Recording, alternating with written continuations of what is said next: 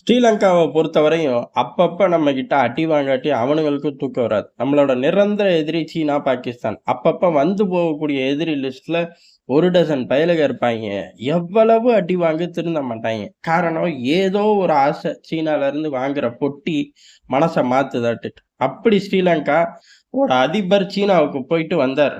போயிட்டு வந்த உடனே ஆட்டோமேட்டிக்கா வேலைய ஆரம்பிச்சுட்டாய்ங்க. என்ன அப்டின்னா, இந்திய மீனவர்கள நோக்கி துப்பாக்கி சூடு. இது பெரிய அளவுல யாரும் எதிர்பார்க்காத ஒரு விஷயமா பார்க்கப்படுது. காரணம் என்ன அப்டின்னா, வந்ததுக்கப்புறம் சீனா சார்ந்த அந்த அக்ரீமெண்ட்ட எடுத்துட்டு போற, அதாவது துறைமுகம் சார்ந்து போட்ட அக்ரீமெண்ட்ட எடுத்துட்டு போறதுல தான் இவனுங்க பிஸியா இருப்பாய்ங்க அப்டின்னு நெனச்சோம். அப்படியே வம்பிழுத்தாலும் இலங்கை கடற்படை வந்துச்சு, அரெஸ்ட் பண்ணுச்சு, இல்ல விரட்டி விட்டுச்சு, இப்படி சர்ச்சை வெடிக்கும் அப்டின்னா, இங்க துப்பாக்கி சூடு. எப்படி துப்பாக்கி சூடு அப்டின்னா, 2 ஸ்டேட்மெண்ட். நம்மளோட ஸ்டேட்மெண்ட் அப்படி அதாவது நம்ம மீனவர்களோட ஸ்டேட்மெண்ட் அப்படிங்கிறது, அவர்கள் வம்படியா வந்து துப்பாக்கி சூடு நடத்திட்டார்கள் அப்படிங்கிறது. அவங்களோட ஸ்டேட்மெண்ட் அப்படிங்கிறது, பார்டர் கிராஸ் பண்ணிட்டார்கள். பார்டர் கிராஸ் பண்ணது மட்டும் கிடையாது.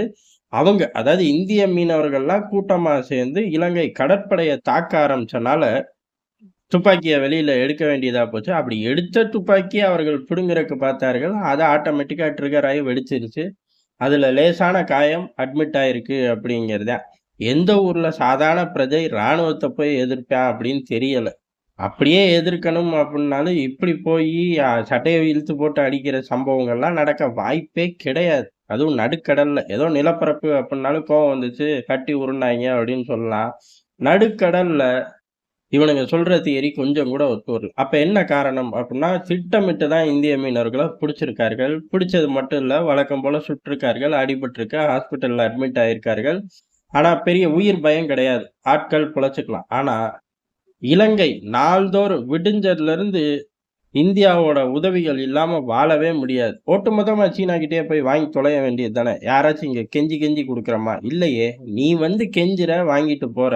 வாங்கிட்டு போனதுக்கப்புறம் மிஞ்சுனா திருப்பி கெஞ்சினா குடுப்பாய்ங்க அப்படிங்கிற நெனப்பு தான் இந்த தொடர் செயலுக்கு காரணம். சரி வழக்கம் போல சுட்டுட்டாய்ங்க. இப்ப என்ன பண்றது அப்படிங்கிறது தான் ஆட்டோமேட்டிக்கா இந்தியா தன்னோட கடுமைய இலங்கை கிட்ட காட்ட ஆரம்பிச்சிருக்கும். எந்த வகையில அப்படின்னா, ஏற்கனவே இந்தியா உலகத்துக்கு எந்த பாதைய காட்டுச்சோ, அதே பாதைய முதல் முறையா இலங்கைக்கு காட்டியிருக்கும். வழக்கமா இலங்கை பொறுத்தவரையும் ஸ்டேட்மெண்ட் தான் இந்தியா விடும். ஏன்னா, இங்க 2 பிரச்சனை வரும். இதே எடுத்து உள்ளூர்லயும் அரசியல் மைலேஜ் தேட ஆரம்பிச்சுருவார்கள். அதே மாரி அந்த பயலும், இலங்கை பயலும் நம்ம எடுக்கக்கூடிய நடவடிக்கைய வச்சு உள்ளூர்ல மைலேஜ் தேட ஆரம்பிச்சுருவாய்ங்க. இப்ப ஆக்ரோஷமா நம்ம எதையாச்சும் செஞ்சோம் அப்புட்ன்னா, உள்ளூர் மீனவர்களுக்கு எதிரா அதாவது அங்க உள்ள தமிழர்களுக்கு எதிராவே இந்தியா செயல்படுதுன்றுவாய்ங்க. இல்ல அங்க உள்ள தமிழர்கள அடிக்க, உதைக்க, கலவரத்த உண்டு பண்ண இந்த மாரி வேலைகள 2 பக்கமும் இந்த மாரி ட்ரிகர் ஆகுறனால பார்த்து நிதானமா ஸ்டேட்மெண்ட் விட்ட காலங்கள்லாம் மலையேறுச்சு. ட்ரிகர் ஆனா ஐக்க. அதுக்கப்புறம் விடியத்தானே போது. திருப்பி மிதி வாங்க தானே வேணும். அப்படிங்கிற மாரி இந்தியா கனடாவுக்கு எந்த மாரியான ஒரு ரோட் மேப்ப எடுத்துட்டு போனோமோ, ஏறக்குறைய அதுக்குள்ளேயே வந்து நின்னுட்டோம். என்ன அப்புட்ன்னா, முதல்ல கண்டனம். அடுத்து தூதரக ரீதியான உறவுகள்ல அப்படியே நிறுத்தி வைக்கிறது. காட்டல் போட்ட மாரி நிறுத்தி வைக்கிறது. அதாவது வந்து கெஞ்சி கேட்டு உதவிகள் வாங்கிட்டு போணும் அப்புட்ன்னா, முதல்ல தூதரகத்துக்குள்ள போய் கெஞ்சணும். அதுக்கப்புறம் அங்க எல்லா விஷயங்களையும் அதாவது இது இது வேணும், இது இது தரேன், இது இது பணிஞ்சு போறேன் அப்படிங்கிற சாராம்சத்த எல்லாம் மாத்தணும். இதுக்கு 2 ஆபீசர்கள் உட்கார்ந்து அவர்களுக்குள்ள டிஸ்கஷன் ஓடணும். அது ஒரு டிராஃப்ட்டா கிரியேட் ஆகணும். அதுக்கப்புறம் அது டெல்லிக்கு வரணும். டெல்லில அதே மாரி ஒரு செட்டப்ல ஓடும். ஏறக்குறைய ஆஃபீஸ்க்குள்ள அப்ரூவல் மெயில் அனுப்புற மாரி ஒரு விஷயங்கள். ஆனா, இனிமே அதுக்கு வாய்ப்பில்ல. தூதரக ரீதியா எந்த பேச்சுவார்த்தையும் ஓடாது. அதாவது தூதரகம் இருக்கும், ஆக்டிவா இருக்கும். எமர்ஜென்சியா என்ன பேசணுமோ அதெல்லாம் பேசப்படும். ஏதாச்சும் செய்யணும் அப்டின்னா வாய்ப்பில்ல. ஏதாச்சும் செய்யணும்னா உட்கார்ந்து பேசணும்.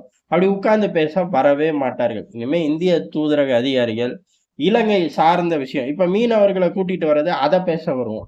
இலங்கை தனக்கு ஒரு பிரச்சனை, தனக்கு மருந்து வேணும், அரிசி வேணும், பாதுகாப்பு வேணும், என்னமோ ஒண்ணு எங்க ஆட்கள் உங்க பகுதிக்கு வரணும், இல்ல எங்களோட பிரைம் மினிஸ்டர் இந்தியாவ விசிட் பண்ணணும். இப்படி பேச வராந்தா, உட்கார்ந்து கேட்க கூட மாட்டோம், உள்ளேயும் விட மாட்டோம். முடிஞ்சு போச்சா?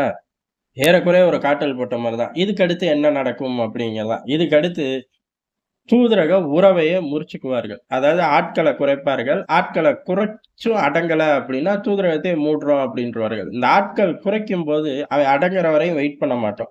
விசால கை வைப்போம். அதே மாரி இன்வெஸ்ட்மென்ட்ல கை வைப்போம். கனடாவே ஆடிப்போச்சு. உதாரணமா கனடாவ இந்தியா எதிர்க்க முடியுமா? அப்படின்னு கேட்ட பேருக்கு இன்னைக்கு கனடா சுருண்டு விழுகும்போது, இவனுங்களும் எங்கேயோ சுருண்டு விழுந்துட்டாங்களாட்டுக்கு. ஆளையே காணோம். காரணம் என்ன அப்படின்னா, இந்தியா அவர்களோட எஜுகேஷன் இண்டஸ்ட்ரிய தரைமட்டமாக்குச்சு. இந்திய மாணவர்கள நம்பி தான் அங்க எஜுகேஷன் இண்டஸ்ட்ரியே இருந்துச்சு. அது தரைமட்டமா ஆக்கும்போது, ஆட்டோமேட்டிக்கா அங்க ஒரு பிரஷர் கிரியேட் ஆக ஆரம்பிச்சுருச்சு. எங்க வளமான நாட்டிலேயே ரெவென்யூ பிரஷர் கிரியேட் ஆக ஆரம்பிச்சுருச்சு. இது ஒண்ணும் பத்தாதா? இலங்கைய பொறுத்தவரை ரெவென்யூ பிரஷரையும் தாண்டி, ஏ டூ இசட் இந்தியாவ நம்பி மட்டுமே இருக்கக்கூடிய ஒரு நாடு. இந்தியா கிட்ட கெஞ்சி கெஞ்சி உதவிகள வாங்கி பொழைக்கக்கூடிய ஒரு நாடு. அப்படி இருக்கும்போது, இந்த சேட்டை எப்படின்னா பதிலுக்கு நம்ம என்ன செய்வோம்? இத செஞ்சுட்டோம். இப்ப தூதரக அதிகாரிகள குறைக்கிற வரை இவனுங்க தாக்கு பிடிப்பாங்களான்னு கேட்டா, நம்ம பார்வைக்கு கிடையாது. தாக்கு பிடிக்க வாய்ப்பில்ல. ஆனா கெஞ்சினா வேலையாகுமானா, கெஞ்சினா வேலை ஆகாது அப்படிங்கிறதையும் டெல்லி சொல்றதுக்கு தான் இந்த மாரி ஒரு நடைமுறைய இலங்கை விவகாரத்துல முதல் முறையா பின்பற்றுறோம். இது இப்ப வரையும் டெல்லில நடந்தது. இனிமேல் என்ன நடக்கும் அப்படிங்கிறது தான். இந்த ஒட்டுமொத்த பிரச்சனைக்கு காரணம் என்ன அப்படின்னா, கச்சத்தீவ தார வார்த்தது தான். அத மீட்க முடியுமா? ரொம்ப ராஜதந்திர ரீதியில தான் மீட்க முடியுங்கிறது, ட்ரம்ப் பதவி ஏற்கறதுக்கு முன்னாடி உள்ள வரை உலகத்தோட சூழ்நிலை. இந்த மாரி குடுக்கல் வாங்கல் வந்தா சட்டுன்னு ஐநாக்கு ஓடி போயிருவாய்ங்க. அவனுங்களுக்குள்ள பேசி தீர்க்க மாட்டாய்ங்க. 1 டஜன் கூட்டம் உள்ள வரும். தங்களுக்கு தேவையான மைலேஜ எடுக்கறக்கு சிதறடிச்சுருவாய்ங்க. இந்த மாரி பல விஷயங்கள் சார்ந்து இருக்கிறனால, இலங்கை குடுக்க மாட்டோம் அப்படின்னு சொன்னாய்ங்க. ஆனா இந்தியா கிட்ட ஒரு லூப் ஹோல் இருக்கு. ஏன் அப்புட்ன்னா, இங்க பார்லிமென்ட் அப்ரூவல் இல்லாம குடுத்தார்கள், குடுக்கல அப்படிங்கிற மாரி ஏகப்பட்ட லூப் ஹோல் இருக்கு. அத பயன்படுத்தலாம். ஆனா இன்டர்நேஷனல் சூழ்நிலை, சர்கம்டன்ஸ் நமக்கு பொருந்தி வரணும். அப்படி இப்ப என்னடா பொருந்தி வருது அப்படின்னு கேட்டா, ட்ரம்ப் பதவி ஏற்றதுக்கு அப்புறம், ட்ரம்ப் எல்லா இடத்துலயும் இந்த மாரி பிரச்சனைகள தான் ஓட்டுறாரு. கடல் சார்ந்த வணிகத்த கண்ட்ரோல் பண்ண தான் கிரீன்லாண்ட கேட்கறது, பனாமாவ கேட்கறது, இந்த மாரி அவர் செய்யக்கூடிய எல்லா வேலைகளும் கடல்சார் வணிகத்த கண்ட்ரோல் எடுக்கறக்கு தான். அடுத்து அவரு நிலத்த நோக்கி குறி வைக்கும்போது, உன்னும் கொடுமையா இருக்கும் அப்படிங்கிறது வேற விஷயம். அப்படி இருக்கும்போது, இந்த மாரி விவகாரங்கள் ட்ரிகர் ஆகும்போது, ஆட்டோமேட்டிக்கா கண்ணும், காதும் இருந்தும் கேட்காதது போல் இருக்கப் போவது யார்? அப்படின்னு கேட்டா, எல்லாருக்கும் தெரிஞ்சிரும் விடை ஐநா தான். அப்ப ஐநா இந்த சைலன்ட் மோடுக்கு கிளம்பி போயிடுச்சு அப்படின்னா, அவன் அவன் பிரச்சனைய அவன் அவன் தீர்த்துக்கணும். அவன் அவன் பலத்த யூஸ் பண்ணி அவன் அவன் தப்பிச்சுக்கணும் அப்படிங்கிற தியரி அந்த இடத்துல உண்டாயிரும்.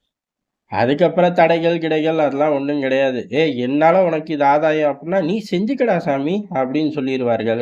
இன்னைக்கு நிலைமையில அமெரிக்கா உள்ளூர் பிரச்சனைகள், அதாவது இந்தியால உள்ளூர்ல பிரச்சனையே இல்லாட்டி, அது பிரச்சனை அப்படின்னு சொல்லி பேசக்கூடிய அமெரிக்கா, அந்த விவகாரங்கள குறைச்சுக்கிட்டு இருக்கு. ஆனா ட்ரம்போட காலகட்டத்தில அதெல்லாம் ஒண்ணும் கிடையாது. நானும் இங்க விரட்டுறேன், நீயும் இங்க விரட்டுற. உதாரணத்துக்கு பங்களாதேஷ் ஆட்கள பூரா பிடிக்கும்போது, "அது எப்புட்றா முடியும்?" அப்படின்னு சொல்லி அமெரிக்கா சவுண்ட் விடும். அதே ஆப்கான் அகதிகள், வருஷக்கணக்குல ஆப்கான் அகதிகள் பாகிஸ்தான்ல இருக்கும்போது, அந்த அகதிகள பராமரிக்கிறதுக்குன்னு அமெரிக்கா டாலர்கள பம்ப் பண்ணும்போது கூட, பாகிஸ்தான் அவர்கள விரட்டும். அமெரிக்கா வாய தொறக்காது. அப்பேற்பட்ட சதிகார அன்னை அமெரிக்கா, இப்ப தன் ஊர்ல விரட்டுறார்கள். 1 டஜன் கூட்டத்த விரட்டுறார்கள். அதுல நம்ம ஆட்களும் சிக்கிறார்கள். இங்க பாரு அப்படிலாம் அங்க எதுவும் இல்லீகலா இருக்கார்கள் அப்படின்னா, நாங்க கூப்பிட்டுக்கிறோம். ஒண்ணும் சிரமம்லாம் கிடையாது. எங்க ஆட்கள நாங்க பூமியில எங்கேயுமே விட்டதே இல்ல. உன்னைய மாரி கிடையாது. இந்த டேட்டுக்குள்ள வெளியேறாட்டி அடுத்து நாங்க சப்போர்ட் பண்ண மாட்டோம்லாம் சொன்னதே கிடையாது. எப்பனாலும் கூப்பிட்டுக்குவோம். ஒத்த பயப்புள்ள அப்டின்னாலும், ஃப்ளைட் அனுப்பிச்சு கூப்பிட்டுட்டு வர இந்தியாவ உலகம் பார்த்திருக்கு. அதனால இதெல்லாம் எங்களுக்கு ஒரு விஷயமே கிடையாது. நாங்க கூப்பிட்டுக்கிறோம் அப்படின்னு சிம்பிளா முடிச்சுட்டோம். அந்த மாரி உள்ளூர் விவகாரங்கள்ல அமெரிக்கா இனிமே தலையிட போறதே கிடையாது. தலையிட வாய்ப்புகள் 99% இல்லை அப்படிங்கிறது தான். அதே ஜோனுக்குள்ள இந்த கச்சத்தீவு பிரச்சனையும் வந்து நிக்கும்போது, இந்தியா ஏறி மிதிக்கிறக்கு அதிக வாய்ப்புகள், அதிக திட்டங்களும் டெல்லி தீட்டிக்கிட்டு இருக்கு. ஆனா ஒரு படி மேல போய் அந்த சூழ்நிலைய கொண்டு வரதுக்கும் டெல்லி வேலைகள்ல இறங்கிருச்சு அப்படிங்கிற தகவலும் வருது. இறங்கணுங்கிறது எல்லா இந்தியர்களோட வேண்டுகோளாவும் இருக்கு. நன்றி, வணக்கம்.